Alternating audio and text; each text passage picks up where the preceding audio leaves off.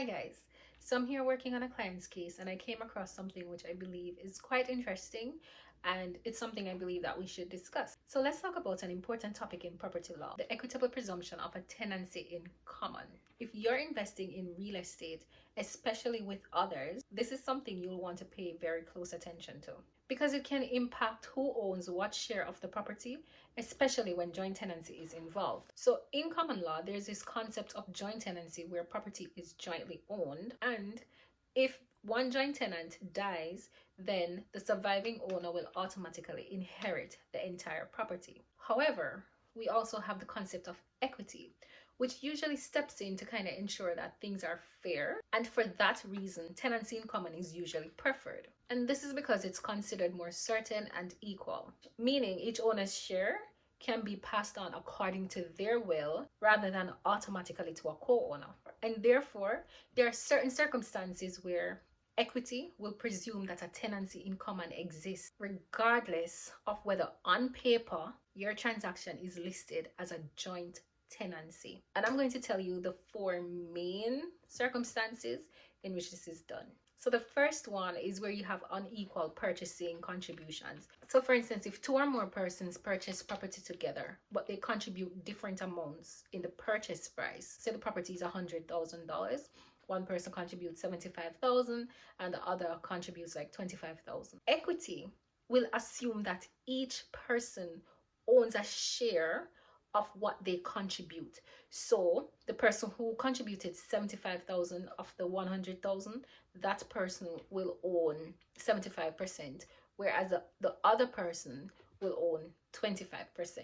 And without equity stepping into a situation like this, then if one person dies, the person who contributes, like say for instance 75%, if that person dies before the other person, then on the face of it, legally speaking, they went into a joint tenancy situation. The other person with the 25% might inherit the entire property. The next circumstance where equity will presume that a tenancy in common exists is where you have mortgage loans by more than one lender. So if two or more people lend money to secure interest in a property, equity will presume that each lender owns the property as tenancy in common and not as joint tenant. This means if one lender passes away, their share is preserved rather than automatically passing to the next lender in its entirety. And this is simply based on the fact that each lender lend their own money and would therefore want it returned back to them proportionally,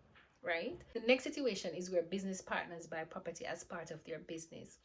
Equity will assume that because they're business partners, that they intend to hold this asset as tenants in common and not as joint owners. And this makes sense for businesses because if one partner dies, the entire property does not automatically transfer to the other partner, but instead it will form a part of the deceased partner's estate. And the final situation is where individuals will use jointly held property for separate business purposes. So say for instance, you and your brother own a piece of land as joint owners. You build up a hardware store on part of the land where your brother decides to farm the other portion of the land.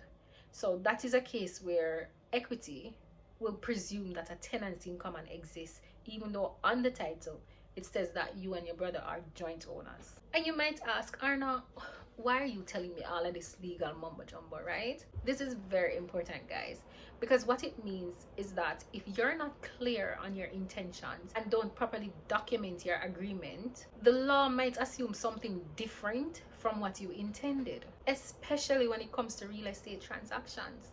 So that is why you will constantly hear over and over, use a lawyer. Because it is vital to work with legal professionals to ensure that your ownership or your investment in any property reflects your wishes and your contributions. Just by understanding these legal nuances and just how the law works will help to save you a lot of headaches down the line. Trust me.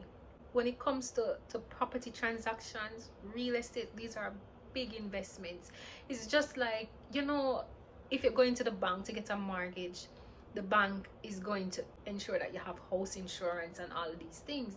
they include all of that as part of the mortgage, and it's for a reason, because they're trying to protect their investment by them giving you a mortgage, or by them giving you money, because that's basically what a mortgage is, you know. It's just a monetary transaction, that's it. But they use a physical asset, which is a house, to represent that money, right? By them giving you a mortgage, is their money they're giving you, and they're ensuring that they protect their investment.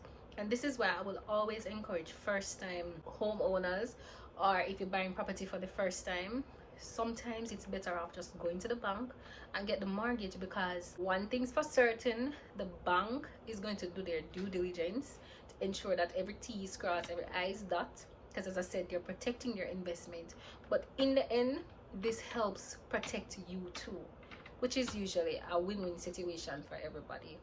Okay, but yeah, always ensure to have a lawyer on your team, guys, when you're making big investments like this.